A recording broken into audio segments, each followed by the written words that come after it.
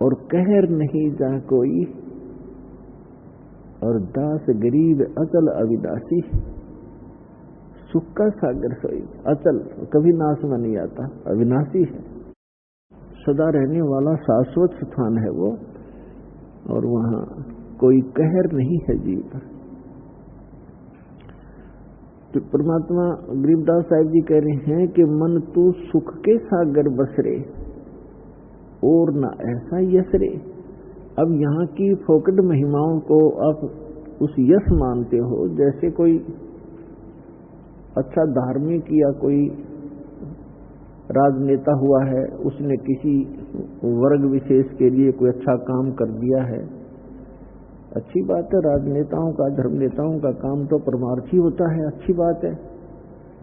और वो भक्ति ठीक कर नहीं पाए तो उनका स्टैच्यू बना दिए जाते हैं, उनकी यादगारें बनाई जाती हैं, उनके ऊपर उनकी मूर्तियां रखी जाती हैं, वर्ष भर में उनके ऊपर मालाएं फूल चढ़ाए जाते हैं और उनकी खूब आदर सत्कार किया जाता है।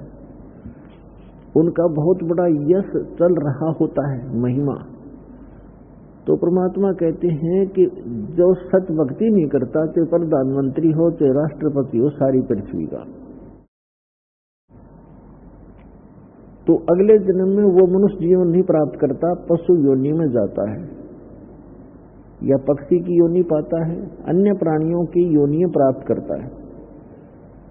और यहाँ तो उसकी मूर्ति की महिमा हो रही है, उसके ऊपर धूप दीप लगाए जा रहे हैं, मालाएं डाली जा रही हैं एक वर्ष के अंदर, और वो मनमाना कौवा बन के अपनी मूर्ति के ऊपर बीट कर रहा होता है। तो ये खाक यश है। तो यहां बताते हैं, मन तो सुख के सागर बसरे, भाई और न ऐसा यश रे। इसके बराबर कोई यश नहीं, कोई महिमा नहीं तेरी, तो यहाँ से पीछा छुटवा ले, सतलोक में चल, वह सदा सुखी रहेगा, और न ऐसा यश रे। सर्व सोने की लंका होती, रावण से रणधीरम, एक पलक में राज बेराजीव, जम के पड़े जंजीरम। मन तू सुख के सागर बसरे, भाई और न ऐसा यश रे। मन तू सुख के सागर बसरे, भाई और न ऐसा यश रे। उदय अस्त बीच राज चले थे, ऐसी जन ठकुराई। उदय अस्त बीच चक्कर चले थे, ऐसी जन ठकुराई। चुन कर ईश्वर कल्प करी जा, खोज न पाया राई। मन तू सुख के सागर बसरे, भाई और न ऐसा यश रे। मन तू सुख के सागर बसरे, भाई और न ऐसा यश रे। 60,000 सगड़ के होते, कपिल मुनीश्वर खाए। 60,000 सगड़ के होते, कपिल मुनीश्वर खाए। एक पुत्र उत्तान पात का, स्वर्ग में पद पाए। मन तू सुख के सागर बसरे, भाई और न ऐसा यश रे। मन तू सुख के सागर बसरे, भाई और न ऐसा यश रे। भाई राम नाम पर लाद पढ़े थे, हिरण्यक से पूना भाई। राम नाम पर लाद पढ़े रटे थे, हिरण्यक से पूना भाई। नरसिंह रूप धरे नारायण, खम्भ पाड़ के आए। मन तू सुख के सागर बसरे, भाई और न ऐसा यश रे। मन तू सुख के सागर बसरे, भाई और न ऐसा यश रे। नामदेव नाम निरंजन राते, जाकी छान छवाई।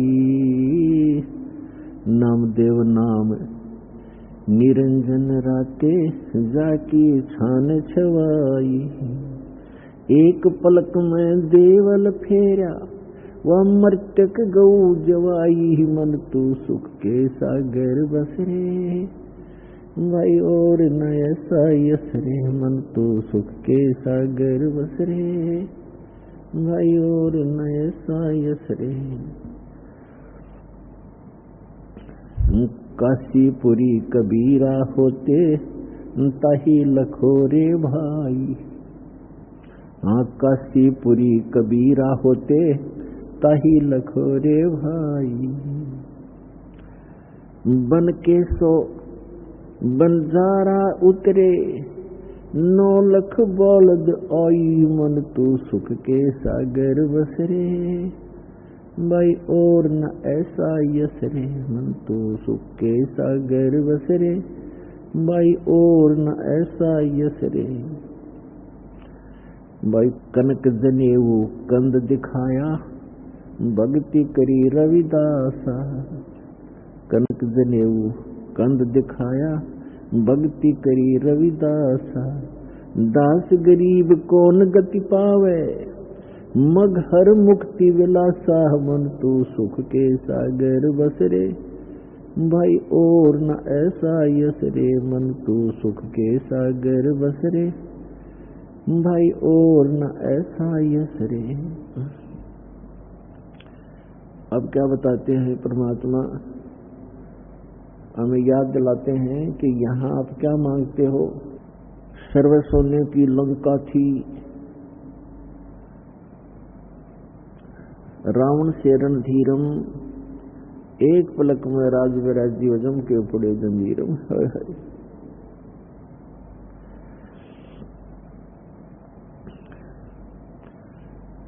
परमात्मा कबीर जी बताते हैं हमारे को कि क्या मांगो कुछ थिर न रहाई, देखत नैन चला जग जाई, 1 लाख पूत 1.25 लाख नाती, और उस रावण के आज दीवान बाती।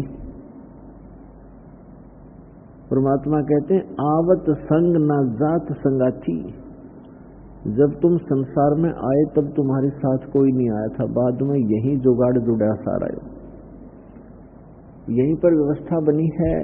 आवत संग ना जात संगाती, और क्या भया दरबान दे हाथी। फिर कहते हैं कहे कबीर अंत की बारी, जैसे हाथ झाड़ कर चला जुआरी।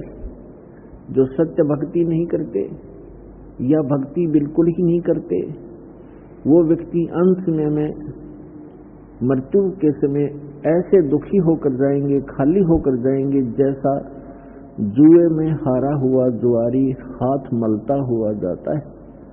तो कहते हैं कहे कबीर अंत की बारी, और जैसे हाथ झाड़ कर चला जुआरी। तो क्या बताते हैं परमात्मा,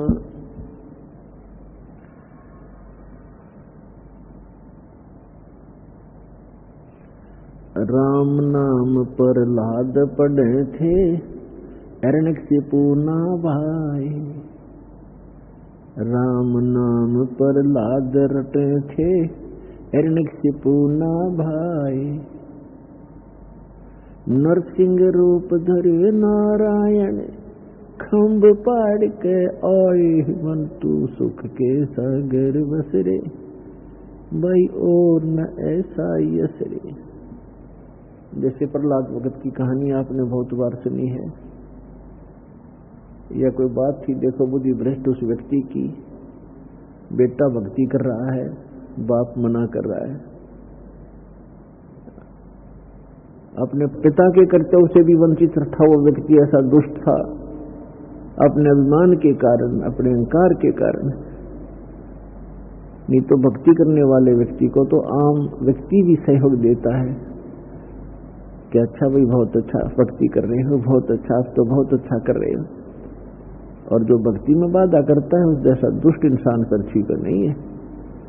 तो यहाँ परमात्मा कहते हैं कितना राज्य भी प्राप्त था हिरण्यकशिपु को, सिद्धियां भी थी, सेना भी थी उसके पास, लेकिन भक्ति ना करके भक्ति में बाधा करने वाले व्यक्ति का अंत बुरा होता है। नरसिंह रूप धरे नारायण, खम पाड़ का आए। फिर कहते हैं नामदेव नाम निरंजन राते, जाकी छान छवाई। नामदेव नाम निरंजन राते, जाकी छान छवाई। एक पलक में देवल फेरा, वो मर्तक गौ जवाई। मन तू सुख के सागर बसरे, भाई और न ऐसा यसरे। अब क्या बताते हैं कि देखो जो भक्ति करते हैं परमात्मा उनके अंग संग रहते हैं, लेकिन हम औपचारिकता ज्यादा करते हैं, डिमांड भी ज्यादा करते हैं। सच्चे दिल से, सच्ची भावना से, सच्ची लगन से हम भक्ति ना करते भगवान की, तब तक दाता आपको विशेष राहत नहीं देता। राहत तो देते हैं, विशेष नहीं दे पाते। जैसे एक नामदेव नाम के महापुरुष थे और छिपा जाति में थे। वो छिपा जाति, छिपी जाति इसको दर्जी, और पूर्व संस्कार थे, बहुत अच्छे पुण्यात्मा थे। पुण्यात्मा ही भक्ति के लिए भटकते रहते हैं, कोई न कोई साधना वो करते ही रहते हैं।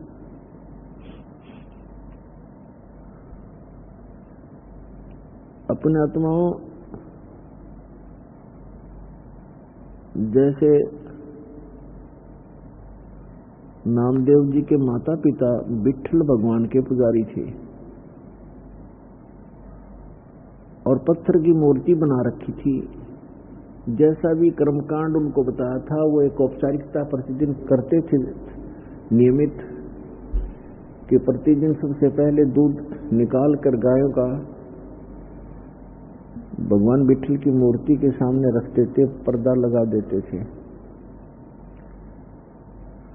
और कुछ देर के बाद उसको उठा करके अपने सारे दूध में मिला करके अन्य भोजन में प्रसाद बनाकर वो खा लेते थे। एक दिन माता पिता को किसी कामवश एक हफ्ते के लिए बाहर जाना पड़ गया। नामदेव बालक ही था, 10-12 वर्ष का लड़का था। तो उन्होंने कहा कि बेटा आप घर पे रहना, भगवान विट्ठल को सुबह सुबह दूध का भोग लगाना भगवान को, और पीछे भोजन करना बेटा। भगवान को भोग लगाए बगैर भोग आपने भोजन नहीं करना है, ऐसे याद रखना। अच्छा माता पिता चले गए। सुबह स्नान करके नामदेव जी ने कटोरा दूध का भर के भगवान विट्ठल की पत्थर की मूर्ति के सामने रख दिया और करबद्ध खड़े हो गए कि भगवान विट्ठल भगवान भोग लगाओ, विट्ठल भगवान भोग लगाओ। अब उसको पूरे प्रोसेस का पता नहीं था कि कुछ देर में उठा करके माता पिता डाल लेते हैं अपने अन्य भोजन में।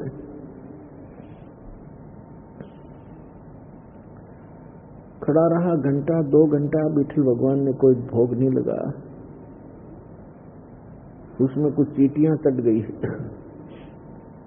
तो उसने सोचा भी हमसे भगवान प्रसन्न नहीं है मेरे से, और उस दूध को वहां से उठा लिया। अगले दिन फिर नहा धो करके खूब हृदय से प्रार्थना की, दूध रख दिया, यही रहा, कुछ नहीं, भोग नहीं लगा, फिर उठा लिया। 2 दिन नामदेव जी ने भी कुछ भी आहार नहीं किया।